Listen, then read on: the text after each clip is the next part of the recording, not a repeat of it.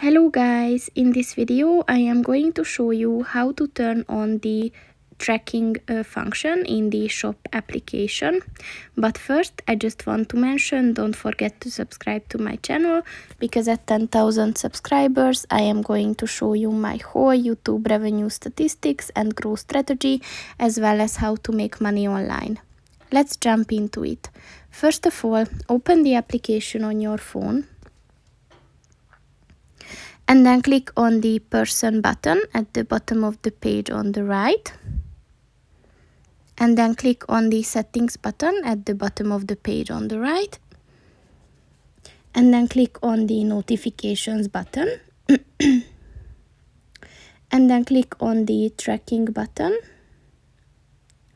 And in order to enable this function, click on the white circle next to it.